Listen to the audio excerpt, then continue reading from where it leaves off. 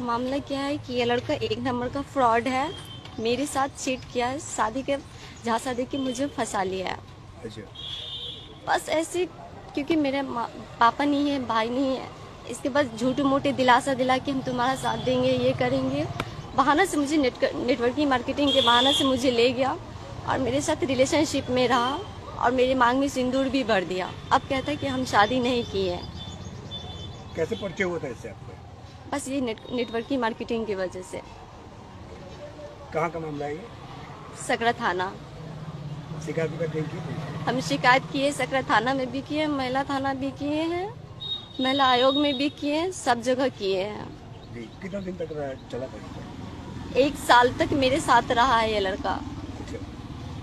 तो उसके बीच मेरे पेट में 2 महीना 20 रोज का बेबी भी था, जिसने इसने माँ और बेटा दोनों मिलके बच्चा को अबॉर्शन करा दिया, जबरदस्ती दवा खिला के। तो शिकायत विकायत? हाँ, शिकायत किए, एसपी सर के यहाँ भी किए, सब जगह किए। समाज में 3-4 पंचायती भी हो, पंचायती को नहीं मानता है, बोलता है कि तुम मुस्लिम हो और हम हिंदू हो, बस हम मुस्लिम को यूज करने के लिए हम लोग इस्तेमाल करते हैं। लड़का हिंदू है? लड़का हिंदू है।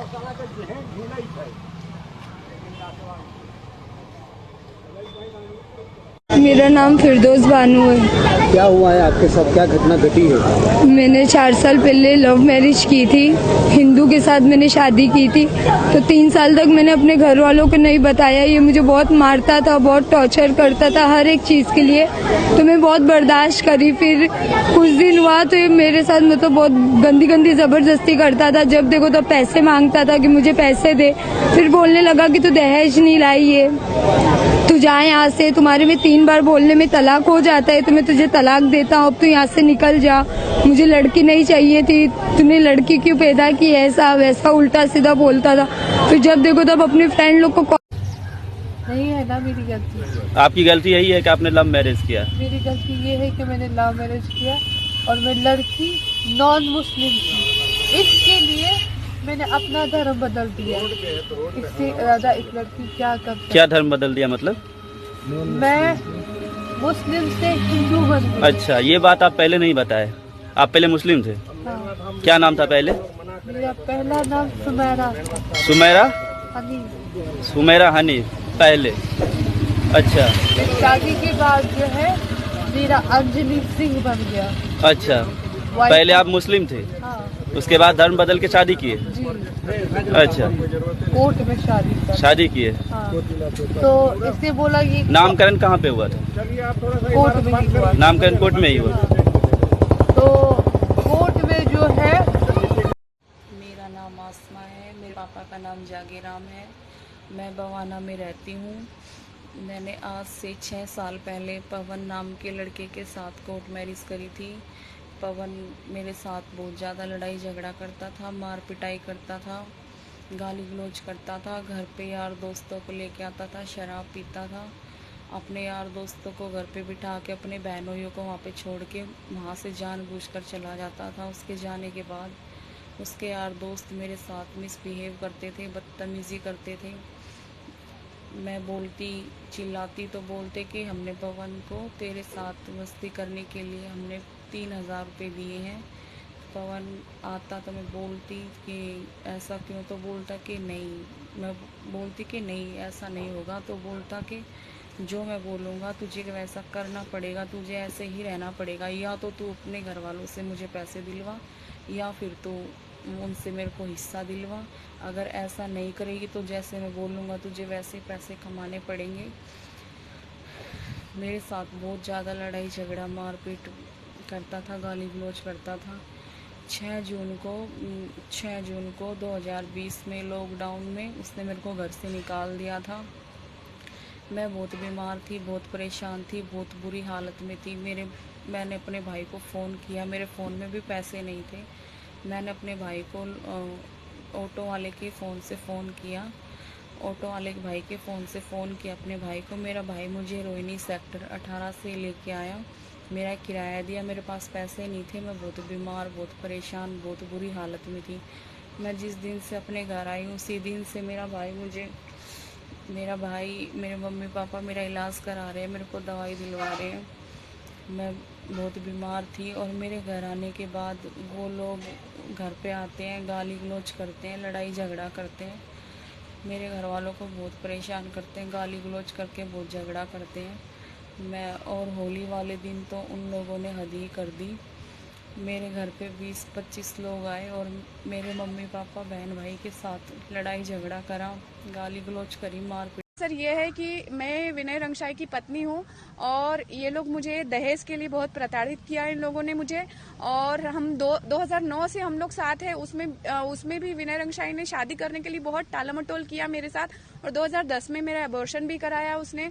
और मेरे को हमेशा मेंटली टॉर्चर, मारना पीटना और इननेचुरल सेक्स करना, ये सारी हरकतें उन्होंने करी है। अब जब मैं सब चीज़ों से परेशान हो गई और सब मुझे इन्होंने बहुत परेशान किया है सर। वो एक्चुअली मेरे को मेरे घर से निकलवा दिया। मेरे मकान मालिक को बोला कि हम तेरे नाम से रिपोर्ट कर देंगे। मेरे घर पे मेरी मदर के यहाँ बालाघाट जाकर वहाँ पर भी इसने बहुत हंगामा किया। वहाँ पर भी इसने मतलब पूरे साक्ष्य छुपाना और साक्ष्य को नष्ट करने की कोशिश करी है। मेरे भाई को एक CSP कोई इसका दोस्त है, कोई DSP दोस्त है, कोई वकील, जी तीनों के सामने बैठा के बोला कि आर्म्स एक्ट में फंसाऊंगा, धर्मांतरण एक्ट में फंसाऊंगा और शराब रखने वाले एक्ट में तुमको फंसाऊंगा अगर तुम्हारी बहन ने मुझे तलाक नहीं दिया। तो उनको वहां बालाघाट में इतना दबाव बनाया कि मेरे भाई ने बेचारे ने, हमारे खानदान में कभी कोई पुलिस में आज तक कोई केस ही नहीं हुआ, मेरे भाई ने बेचारे ने डर के मारे उसको मेरी मैरिज सर्टिफिकेट दे दी। धर्मांतरण के लिए दबाव भी बनाया गया था? धर्मांतरण के लिए उसको हमने किसी प्रकार का किसी को कोई दबाव नहीं बनाया। कोई गजेटेड ऑफिसर है, 36 साल का आदमी, जब शादी उनकी तरफ से मुझे धर्मांतरण तो मेरा ही हुआ है ना। मैंने सनातन धर्म लिया है, ये हिंदुस्तान है। यहाँ कभी कोई भी पति का जो धर्म होता है वो पत्नी का धर्म होता है। यहाँ कोई किसी का धर्म, आपको इतनी आजादी थोड़ी है कि आप अपना धर्म इस्तेमाल कर सकते हैं। पहले भी कोई कौन है? ये जिला आपका मामला है, कौन से थाना क्षेत्र का मामला? जी ये भंवरकुआ थाना क्षेत्र का मामला है और पुलिस मुझे हमेशा परेशान कर रही है। भंवरकुआ थाने ने मुझे बहुत परेशान किया। मतलब मैं फरियादी हूँ, उनको मेरे पास आना चाहिए, मुझे बार बार बुला रहे हैं। मेरी तबीयत अच्छी नहीं है फिर भी वो मुझे मतलब हर तरह से फोन लगा रहे हैं। और ये बंदा मुझे अलग अलग से अब्यूज कर रहा है कि तुम इंदौर छोड़ के चले जाओ वरना तुम्हारी बैंड बजा दूंगा मैं और तुमको जान से मार दूंगा और अब तुम अपना मुंह अल्लाह को ही दिखा पाओगी। मतलब ये क्या है? This is not the way. कौन है रंगशाही, किस पद पे हैं अभी? ये जिला आबकारी अधिकारी है, अलीराजपुर में है ये पोस्टेड। और ये मैं आबकारी विभाग में भी ये सब चीज दे चुकी हूँ लेकिन आबकारी विभाग भी कुछ नहीं कर रहा है, उसको पूरा सपोर्ट मिला हुआ है। अच्छा, पहले भी कोई वीडियो? हमको खाली बुलवा दो बस, और कुछ नहीं चाहिए। अपनी दूसरी शादी के चक्कर में पड़े, इसके घर वाले जो है साथ में मिले हुए। ये मोहब्बत तेरे अंजाम पे रोना आया, जाने क्यों आज तेरे नाम पर रोना आया। बदायूं के मशहूर गीतकार हैं शकील बदायूनी। आज बरबसी जुबान पर उनका ये गीत आ गया। आदाब द लीडर हिंदी के लिए वसीम अख्तर। हरदोई की रहने वाली एक मुस्लिम महिला आज SSP से मिलने उनके दफ्तर आई थी। वो जार रोते हुए एक ही बात कह रही थी कि कोई उसके पति को वापस लौटा दे। आइए हम आपको ये पूरा मामला बताते हैं। हरदोई की रहने वाली मुस्कान मुस्लिम है और उसका अर्जुन नाम के एक युवक से प्रेम हुआ। ये अर्जुन बरेली के झील गोटिया चनहेटी का रहने वाला है। 4 साल दोनों में मोहब्बत हुई और 7 महीने पहले ही दोनों ने एक मंदिर में विवाह कर लिया। अर्जुन की खातिर मुस्कान ने अपना धर्म परिवर्तन किया, वो मुसलमान से हिंदू बनी, खुद नौकरी की उसने अर्जुन को ITI में पढ़ाया, किराए का मकान लेकर अर्जुन को वहीं रखा। इसके बावजूद मुस्कान का कहना है कि अर्जुन उसे छोड़कर कहीं भाग गया। जब वो जॉब से घर लौटी तो घर में अर्जुन नहीं था और कीमती सामान भी गायब था। वो अर्जुन को तलाशते हुए अपनी ससुराल झील गोटिया पहुंची और यहाँ अर्जुन के घर वालों ने उसे मारपीट कर भगा दिया।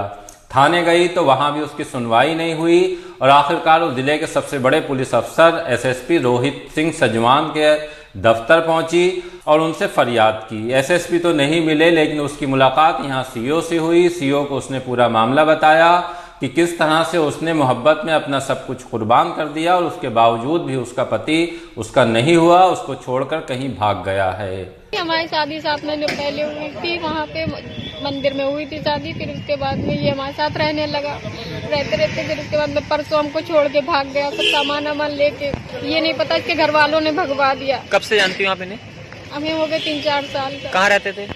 नहीं यहीं बरेली में रहते, हमसे जो है यहीं पे हम अपनी जॉब पे थे, अपना ये उठा के सामान सब भाग गए। हमको खाली बुलवा दो बस, और कुछ नहीं।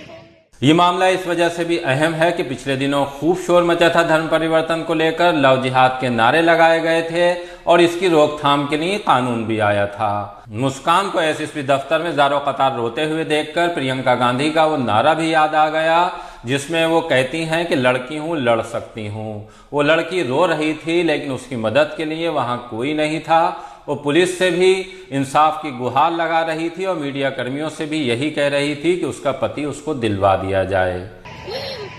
दूसरी शादी के चक्कर में पड़े। थाने गई थी आप? थाने भी गई, कोई सुनवाई नहीं हो रही, कहीं से कोई सुनवाई नहीं हो रही। इसके घर वाले जो है साथ में मिले हुए, हमको खाली बुलवा दो बस, और कुछ नहीं। शकील बदायूनी का जो मशहूर गीत है वो उसकी बांगी पेश कर रही थी कि मोहब्बत तेरे अंजाम पर रोना आया। ये मोहब्बत है जिसके बारे में लोगों ने कहा है कि पाकर भी लोग रोए हैं और खोकर भी लोग रोए हैं।